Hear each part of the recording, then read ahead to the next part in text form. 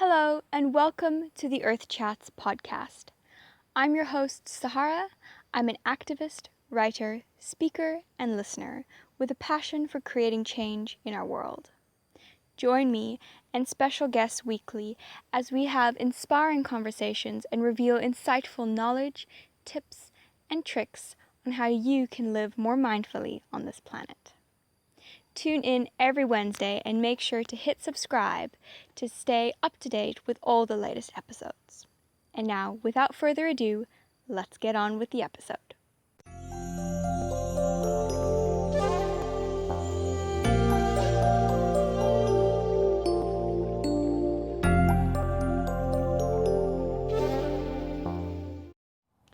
As a special gift to our listeners, BMDM Digital has created a 52-page free social media training guide that will help you ignite your social media. You can download your free copy in the link below. Hey guys, and welcome back to the show. It's me again with another solo episode for you guys.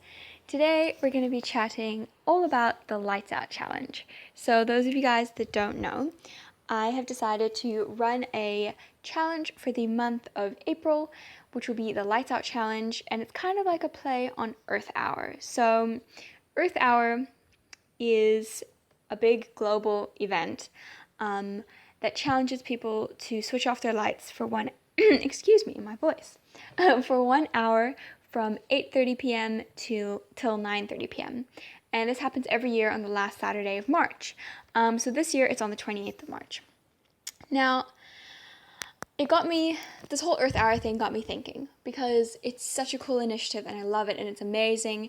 And they have a huge outreach. I think it's something like, millions of people from over 180 different countries and territories. They join in every single year, which is so awesome. And I'm sure it does make an impact. However, it got me thinking, that's only 1 hour out of the year, and the year is made up of 8,000 something hours. And that's just 1 hour. 1 hour, yes, it might make a bit of an impact, but it's not going to make a big difference overall. And of course, it is going to make a difference in, getting people to think differently and stuff, but, somehow we need to be doing small actions every day, and that will really count, instead of just, one action once a year for 1 hour. So it got me thinking, and I thought, well, what if we were to take the Earth Hour Challenge and extend it?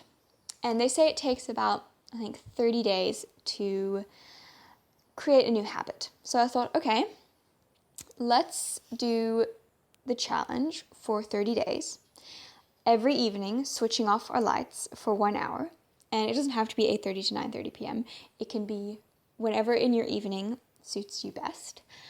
And we switch off our lights, and we do that for a month, and we see what happens.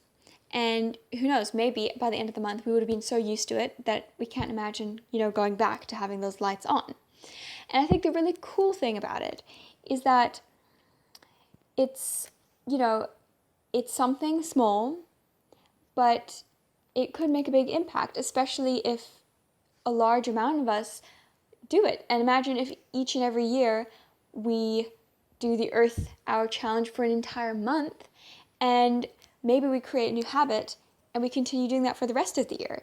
Then I think you're probably making more of an impact. And the really awesome thing is that, a challenge like this doesn't just benefit the planet, it's also benefiting us, because, electricity and fossil fuels and stuff have a big impact on our health as well. In fact, just, blue light coming off our cell phone screens and laptop screens, light coming, from light bulbs and stuff, it actually affects our circadian rhythm, which is our, sleep pattern, and our kind of, day and night active and passive, or active and resting states. And the light that comes off of, lights and screens and stuff actually impacts that negatively. And so we actually, excuse me, that was just my ring clicking together if you heard that. And so we actually then can't make it's a certain hormone that we make that, induces us to fall asleep. And when we're surrounded by all these lights, then that hormone cannot be made naturally. And so that's why a lot of us suffer from, lack of sleep, or like we can't fall asleep, or maybe some of us even have insomnia. And the thing is that, naturally we would have kind of risen with the sun and, fallen asleep with the sun. And nowadays, the moment it gets dark, you flick on your lights and it actually completely messes up your whole body. Your body's like confused, what? It's still daytime. We've got to be, alive. We've got to be active. We've got to be doing stuff. And the thing is that even like in big cities and stuff, you see that in animals as well, because there's so many lights. Like I know, me, little small town gal, living out in the rural sticks, I'm used to seeing the stars at night. I'm used to, not having a lot of noise around me, not having, a lot of city lights and everything around me. I'm used to, complete darkness when you switch off the lights and you're in bed. And so, whenever if we go to Cape Town or something, it's like, it always really stands out to me that, you might go to bed and switch off your lights, but outside it's like so light. The sky is like pink and you just hear seagulls the whole night because the seagulls are like confused. The lights are on. It seems like it's daytime, but it's actually not. So this just kind of goes to show how light, has a much larger impact on us than we actually think. And, if you go like camping or something and you're just like out in nature and maybe you have, like a solar lamp or you have a candle or something. Like I know that just having that kind of more natural lighting always makes me feel so calm. And like even just, if you're like, I know with my grandparents we'll have dinner and we watch the sunset and naturally you feel like a lot more sleepy. Like the sun goes down and you kind of feel like, oh, I could go to bed now. But when the lights are on, it's like completely different. And so, I've actually myself just started, switching off lights before bed and stuff like that. And it just like, it puts you kind of, it feels like it's kind of sets the tone. Even just like reading by candlelight, so much more relaxing for the eyes as well. Plus, we're having so much load shedding nowadays that, we might as well get used to it. But so it benefits us and it also benefits the planet because obviously, you're consuming less electricity, consuming less fossil fuels, and, overall consuming less. I'm quickly interrupting this episode to bring you a little message from our amazing sponsors who've made this episode possible. I live in the beautiful town of Knysna in the Garden Route, and I want to invite everyone to visit this fantastic part of our country. We have everything: indigenous forests, nature reserves, awesome views, beautiful beaches, and natural wildlife. Come for a dream vacation. Oh, and I almost forgot. Knysna has some of the best restaurants you will find anywhere. Follow us on Instagram at visitgardenroute, where we will introduce you to our fantastic and favorite people, places, and things to visit. This is us on Instagram at visitgardenroute. And now, without further ado, let's get on with the rest of the episode. So, I just wanted to just, chat about the challenge a little bit, and I really invite you guys all to join me for the month of April. So we'll be starting on the 1st of April, going through till the 30th of April, and just, seeing like how you feel different. I think the thing is with this whole, like eco movement, if you want to call it that, is that, the truth is that the planet has gone through climate change and, climate chaos so many times. I mean, with the dinosaurs, there were meteors. There was, when the whole creation, however the earth was made, it was always, big upheaval. Weather was all over the place. There were volcanoes. And so, like, really what's happening now isn't anything new. The thing is that we as people have now, first of all, sped up the process so much, but we've also impacted it so much because It's no longer a case of, weather changing. It's the fact that we are emitting so much pollution into this world, air pollution, water pollution, plastic pollution, and we're causing so much destruction and habitat loss. So for me, when I think about climate change, I don't necessarily think about, yes, necessarily like the weather changing and, sea level rise and stuff, but I'm thinking more about our impact. And also because our impact on the planet, it's actually our impact on ourselves. Because, if we all were died, if the human race was wiped out, life would still continue. The planet would still continue. The planet would rebalance and find, another way. Maybe it would be a bit different. Maybe, maybe there would be new land or less land. Maybe weather patterns would be different, but life would still continue. So at the end of the day, when we are actually talking about all these things like saving the planet and stuff, I mean, essentially, we're actually saving ourselves. Because without the planet, we cannot survive. But the planet can survive without us. I like to think that we as people can hopefully make the planet a better place. And, the incredible thing is that we have that power to either create a negative or a positive impact. But we just need to be choosing the positive impact instead of the negative. So, with this challenge, we so often we're thinking, okay, we've got to save the planet and all this stuff. But the thing is that the planet is so resilient and will survive, either way. But if we want to be a part of this world, and if we want to, it just ethically, we cannot continue as we are continuing because, yes, it's causing so much destruction to the planet, to the animals, but also to ourselves. And why would we want to continue causing all this destruction to ourselves? I mean, I read a crazy statistic the other day. It was actually in an article in The Guardian talking about why are people taking the coronavirus more seriously than climate change.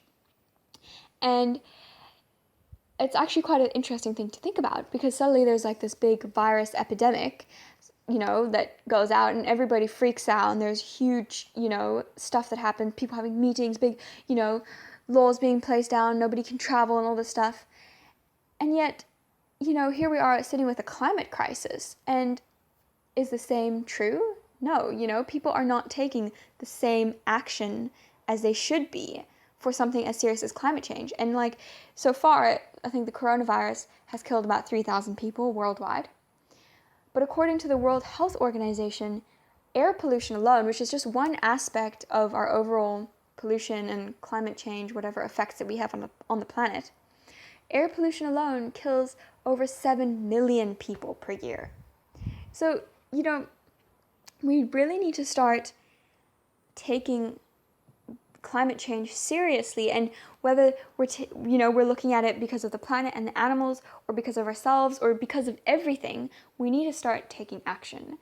And it can feel so overwhelming and one little action is never going to make an impact, but what I always like to say and what always keeps me going is that our little actions every single day lead up to big actions and big change. And so I really hope that with this Lights Out challenge that we become inspired to, take little actions like that. It's so simple. Just switch off your lights for an hour, just read by candlelight or maybe sit and have a conversation with a loved one or something. Because, we can be so much more mindful and in the moment somehow. And I don't know, I personally feel like electricity is also just, it's so noisy, the moment, if there's load shedding and the electricity comes back, it's like suddenly the fridge is on again. And there's almost like this little hum in the air of just like electricity. And it just feels like this weird, it's an unnatural energy somehow. And so, just taking this challenge and really just really taking note of how you feel and how you feel different. And also knowing that you are making an impact, you'll be using less electricity and less fossil fuels and consuming less, but you'll also, maybe be adding some meaning because, we can get it's so easy just to you come home from work the whole day, you eat dinner and you just flop down in front of the TV or Netflix or whatever. When actually, we could be really doing something much more meaningful.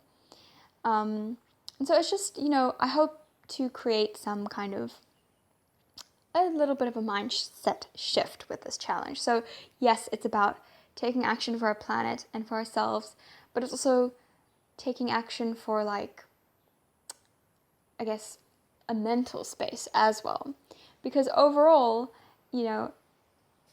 how we are feeling on the inside reflects how we feel on the outside and reflects how we communicate with the outside world. So if we're feeling calm and peaceful inside, then we can spread that and relate that to the rest of our day and to the rest of the people around us and to the greater picture of life. So I really, really hope that you guys join me for this challenge and just start making those little mindset shifts and realizing that we're all connected.